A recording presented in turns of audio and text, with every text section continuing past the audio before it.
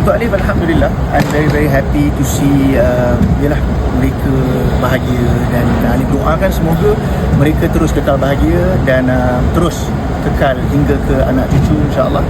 Alif adalah yang kadang-kadang kita tak berusaha, orang hantar-hantar, banyak orang hantar-hantar. Jadi Alif ada nampak juga beberapa klip-klip, snippet-snippet, dan honestly Alif doakan yang terbaik.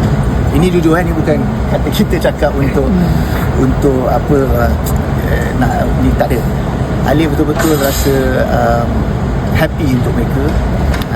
Bila lihat anak-anak Alif juga yang turut happy dekat sana, Alif rasa sangat happy.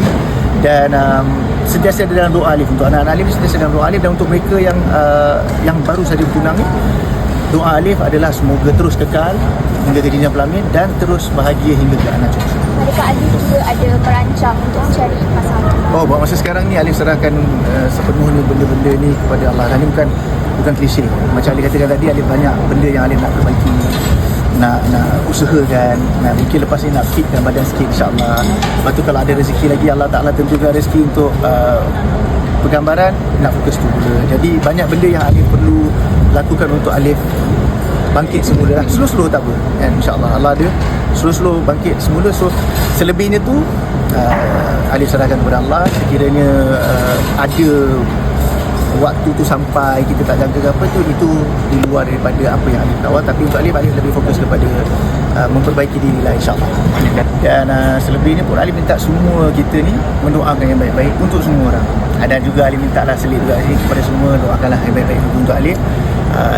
Kalau yang tak suka ke ataupun suka ke, Alif tetap berterima kasih. Doakanlah semoga ada kebaikan yang Allah Ta'ala akan bagi kepada diri Alif, perubahan yang baik, ataupun cara yang lebih baik dan sebagainya.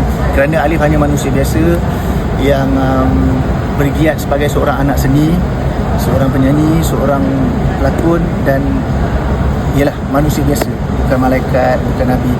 Jadi apa yang Alif kongsikan tadi tu, kalau ada salah kongsi, Alif minta maaf. Kerana yelah, ada orang kata macam tak sesuai lah untuk Alif cakap tu. Alif bukan cakap untuk dakwah, tak.